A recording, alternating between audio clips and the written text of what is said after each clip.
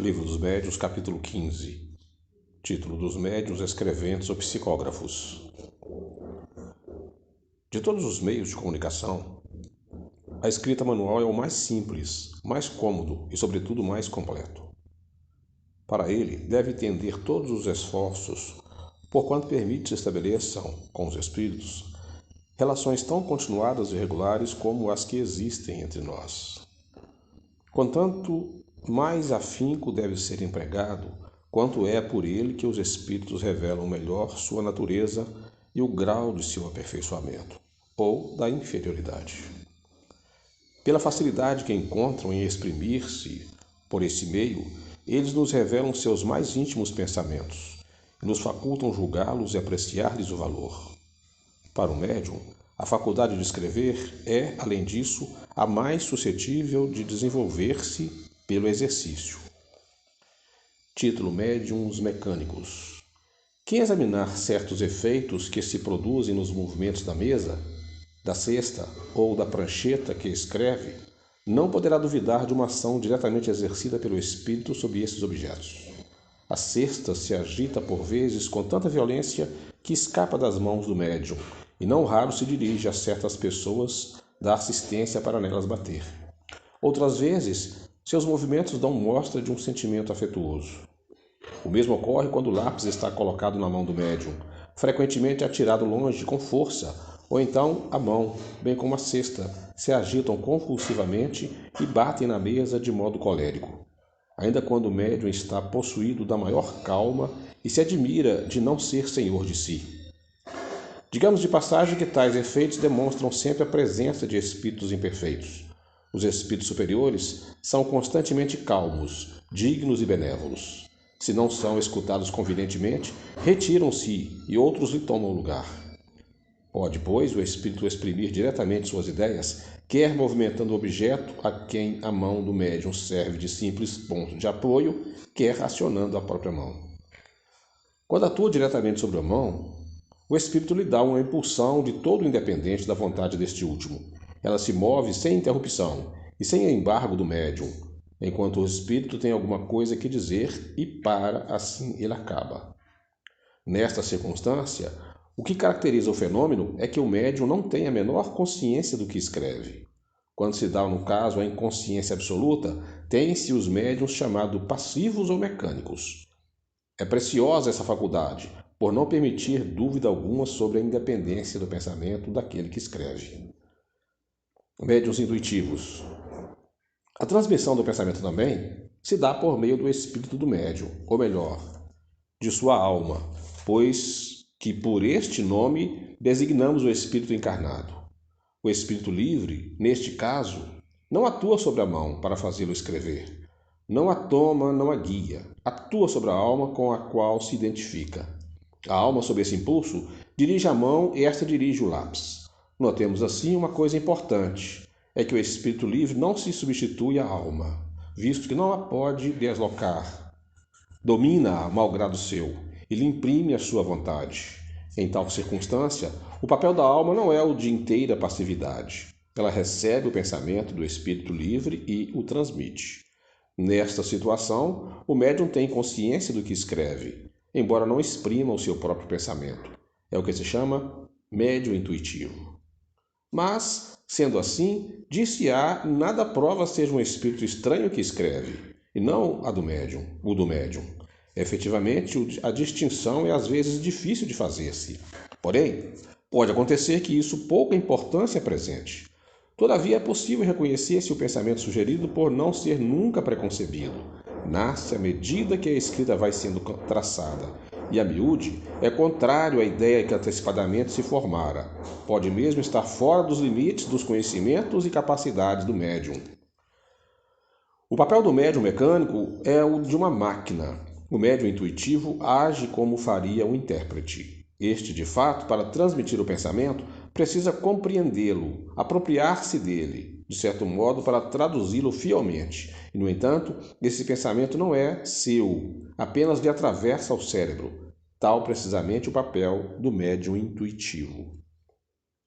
Médiuns semimecânicos. Nos médiuns puramente mecânicos, O movimento da mão independe da vontade. No médium intuitivo, o movimento é voluntário e facultativo.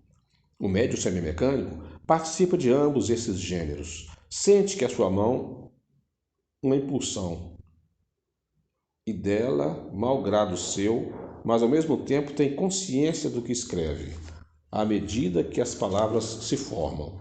No primeiro, o pensamento vem depois do ato da escrita. No segundo, precede-o. No terceiro, acompanha-o. Esses últimos médiuns são os mais numerosos. Médiuns inspirados. Todo aquele que, tanto no estado normal como no êxtase, recebe pelo pensamento comunicações estranhas às suas ideias preconcebidas, pode ser incluído na categoria dos médiuns inspirados. Estes, como se vê, formam uma variedade da mediunidade intuitiva, com a diferença de que a intervenção de uma força oculta é aí muito menos sensível, por isso que ao inspirado ainda é mais difícil distinguir o pensamento próprio do que lhe é sugerido. A espontaneidade é o que, sobretudo, caracteriza o pensamento deste último gênero. A inspiração nos vem dos espíritos, que nos influenciam para o bem ou para o mal, porém procede principalmente dos que querem o nosso bem e cujos conselhos muito a miúde cometemos o erro de não seguir. Ela se aplica em todas as circunstâncias da vida, as resoluções que devamos tomar. Sob esse aspecto, pode dizer-se que todos são médiuns, porquanto não há quem não tenha seu espírito protetor e familiar a se esforçarem por sugerir aos seus protegidos salutares ideias. Se todos estivessem bem compenetrados dessa verdade, ninguém deixaria de recorrer com frequência à inspiração do seu anjo de guarda, nos momentos em que se não sabe o que dizer ou fazer. Que cada um, pois, o invoque com fervor e confiança, em caso de necessidade, e muito frequentemente se admirará das ideias que lhe surgem como por encanto, quer se trate de uma resolução a tomar, quer de alguma coisa a compor. Se nenhuma ideia surge, é que é preciso esperar. A prova de que a ideia que sobrevive é estranha à pessoa de quem se trata está em que, se tal ideia lhe existira na mente, essa pessoa seria senhora de a qualquer momento utilizá-la e não haveria razão para que ela se não manifestasse à vontade. Quem não é cego, nada mais precisa fazer do que abrir os olhos para ver quando quiser. Do mesmo modo, aquele que possui ideias próprias tem-nas sempre à disposição. Se elas não lhes vêm quando quer, é que está obrigado a buscá-la algures, que não no seu íntimo. Também se pode incluir nesta categoria as pessoas que, nem sem serem dotadas de inteligência fora do comum e sem saírem do estado normal, têm relâmpagos de uma lucidez intelectual que lhes dá momentaneamente desabitual facilidade de concepção e de elocução, e, em certos casos, o pressentimento de coisas futuras. Nesses momentos, que com acerto se chamam de inspiração, as ideias abundam sob um impulso involuntário e quase febril. Parece que uma inteligência superior nos vem ajudar e que o nosso espírito se desembaraçou de um fardo. Os homens de gênio, de todas as espécies, artistas, sábios, literatos, são, sem dúvida, espíritos adiantados, capazes de compreender por si mesmo e de conceber grandes coisas. Ora, precisamente porque os julgam capazes, é que os espíritos, quando querem executar certos trabalhos, lhes sugerem as ideias necessárias, e assim é que eles, muitas vezes, são médios sem o saberem. Tem, no entanto, vaga intuição de uma assistência estranha, visto que todo aquele que apela para a inspiração não faz mais do que uma evocação. Se não esperasse ser atendido, por que exclamaria tão frequentemente: meu bom gênio vem em meu auxílio? As respostas seguintes confirmam essa asserção. Letra A. Qual a causa primária da inspiração? O espírito se comunica pelo pensamento.